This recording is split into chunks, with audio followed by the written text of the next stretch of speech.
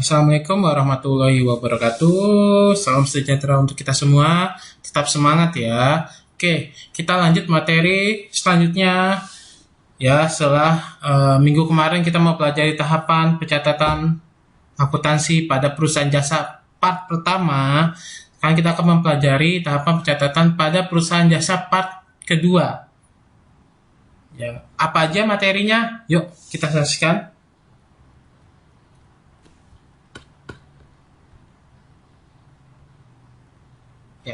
Oke, kita mempelajari yang pertama itu adalah analisis bukti transaksi. Ya, untuk memudahkan dalam menganalisis pencatatan bukti transaksi, terdapat aturan pencatatan transaksi seperti tabel berikut ini. Ya, nah kalian lihat ada akun, aset atau harta, liabilitas atau utang, ekuitas atau modal, price, pendapatan dan beban. Ya. Jadi hanya 6 akun ini saja dalam bukti transaksi. Nah kemudian kalian lihat, jika akun, kita pelajari satu persatu ya. Pertama kita lihat akun harta.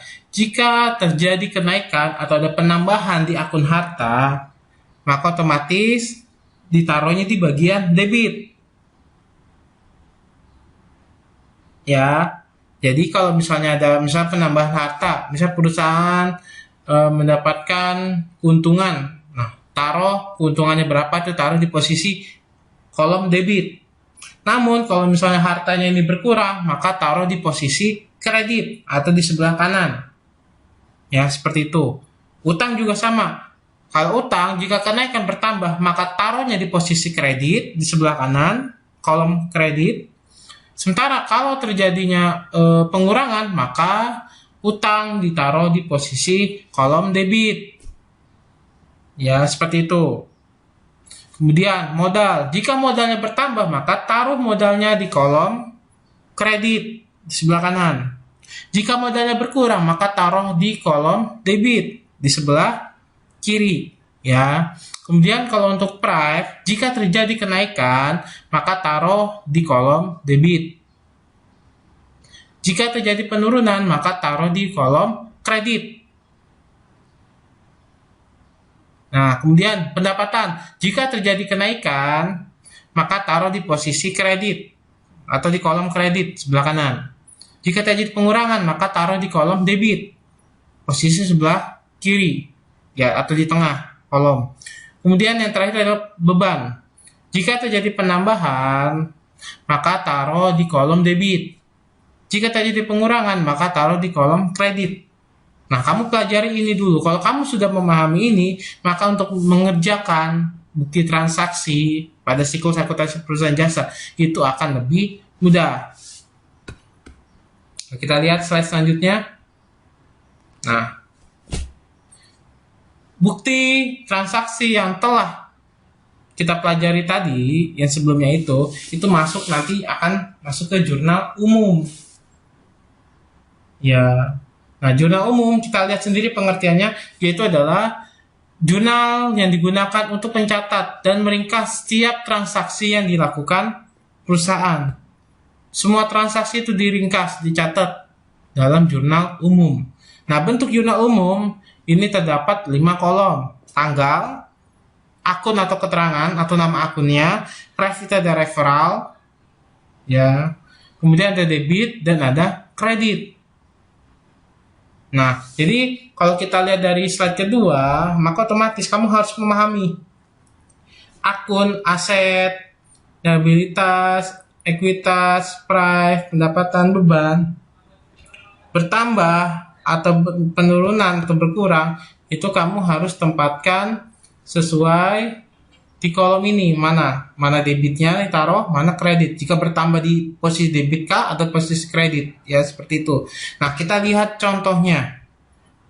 Nah, kita lihat contoh soal. Pada Januari 2019, Gilang mendirikan usaha bengkel sepeda motor dengan nama Bengkel Elang Motor. Pada tanggal 1 Januari 2019, Gilang menyetorkan uang tunai sebesar 15.100.000. Perlengkapan 5.250.000, peralatan 12.550.000, dan sepeda motor 22.400.000 sebagai modal usaha.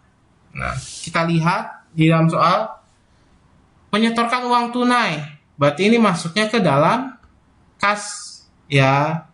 Kalau masuknya di dalam kas, maka otomatis ditaruhnya di posisi debit. Kita lihat di kolom ini, ya. Kita lihat kas itu masuk ke dalam akun harta, ya. Ini adalah kas. Maka rumusnya jika kenaikan, maka taruh di posisi debit. Berarti benar, ya. Nah, kita lihat karena terjadi kenaikan, ada penambahan, maka taruh di posisi debit. Ini seperti ini, ya, taruh di posisi debit.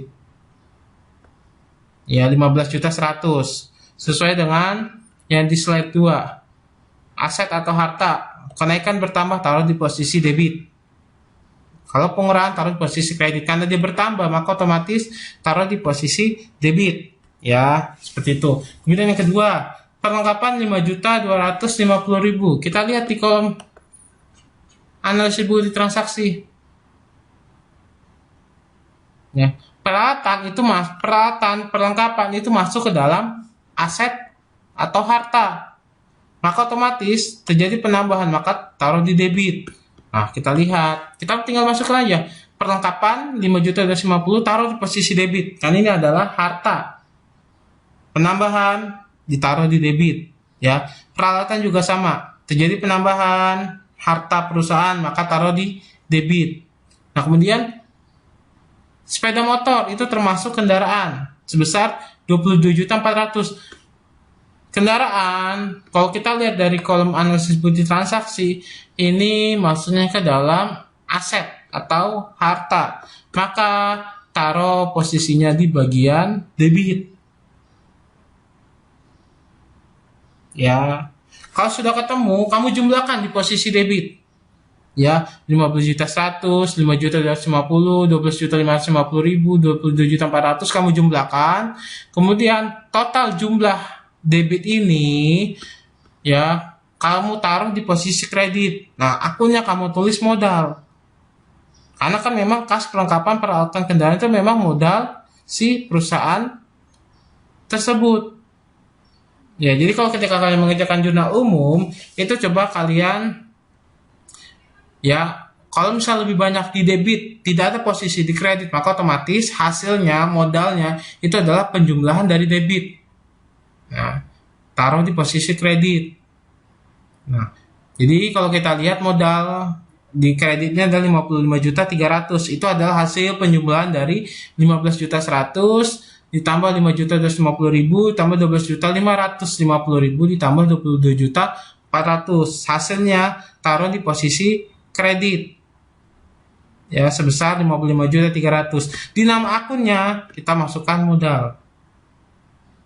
Ya, nah, ref ini adalah petunjuk, ya. Biasanya nanti ada buku besar, ya, atau buku khusus nanti yang mereferensikan nomor ini. Ya, jadi seperti itu. Jadi penempatan analisis bukti transaksi itu harus sama, ya, penempatannya. Oke, seperti itu. Kemudian selanjutnya kita mempelajari buku besar. Nah, buku besar adalah kumpulan akun untuk meringkas transaksi yang telah dicatat dalam jurnal. Seperti tadi, ya, jurnal umum. Buku besar dilakukan untuk mencatat akun harta, utang, modal, pendapatan, dan beban secara terpisah dan terperinci. Jadi kalau di buku besar ini hanya ada satu analisis akun saja yang kita masukkan ke dalam buku besar. Jadi misalnya kayak nama akunnya, misalnya akun harta, maka semua transaksi harta itu masuk ke dalam akun harta. Seperti apa contohnya? Kita lihat di slide selanjutnya. Ini contoh buku besar, ya. Seperti tadi saya bilang, mencatat semua transaksi yang lebih terperinci. Nah, seperti ini. Jadi, di buku besar itu ada akun kas. Jadi, akun kas ini hanya mencatat semua transaksi yang masuk ke dalam kas. Ya, setoran modal. Itu masuk ke dalam kas. Pokoknya intinya, kalau nanti pas kamu mengerjakan jurnal umum, saya itu mengerjakan buku besar, maka otomatis kamu pisahkan akunnya satu persatu. Kas dipisahkan, perlengkapan, peralatan kendaraan, sama modal. Nah, contoh ini sesuai dengan yang di ini, ya. Jadi ketika kamu sudah mengerjakan zona umum ini, kan ada kas, perlengkapan, peralatan, kendaraan, sama modal kan. Itu nama akunnya ada 5 akun. Nanti di buku besar ini kamu buat 5 kolom, ya. Jadi yang pertama kas sesuai ya 15.100.000. Kita bikin kasnya 15.100.000. Nah, seperti ini ya. Keterangannya setoran modal, boleh semuanya setoran modal juga nggak masalah. Debit 15.100.000, maka saldonya di debit 15.100.000 ya. Penempatan debit dan kreditnya harus menyesuaikan dengan jurnal umum sebelumnya yang ini ya. Kalau di kas taruh di debit. Kalau posisi jurnal umumnya di debit, maka di buku besarnya harus taruh di posisi debit. Ya, seperti itu saja. Nah, kemudian perlengkapan sama posisinya di debit, maka saldo di debit. Peralatan juga sama ya. Penempatannya di debit. Kita lihat ya. Peralatan perlengkapan di debit, maka otomatis di buku besar dipisah.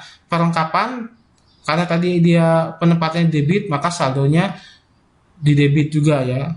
Penempatan di debit, saldo di debit. Peralatan juga sama ya, penempatan di debit, maka saldonya juga di debit. Kendaraan juga sama ya, penempatan di debit, saldonya di debit. Nah, modal kita lihat, modal di contoh ini dia masuk ke bagian kredit 55.300.000, maka masukkan di posisi kredit 55.300.000 ya, seperti itu. Jadi nanti ketika kalian mengerjakan latihan, kalian buat dulu jurnal umumnya seperti ini ya.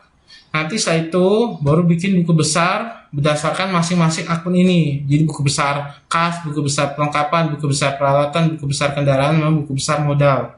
Itu kalau ada 5 akun. Kalau ada 7 atau 8, bikin 8 ya, seperti itu. Oke, sekian dan terima kasih untuk materi tahapan pencatatan pada perusahaan jasa part kedua yang lebih berfokus kepada jurnal umum dan buku besar. Ya, video ini bisa kalian download, bisa kalian pelajari, mudah-mudahan mengerti. Ya, jangan lupa subscribe ya. Sekian dari saya, kurang lebihnya mohon maaf apabila ada kesalahan kata. Wabillahi taufiq wal hidayah. Wassalamualaikum warahmatullahi wabarakatuh. Tetap jaga protokol kesehatan ya. Dan see you next week.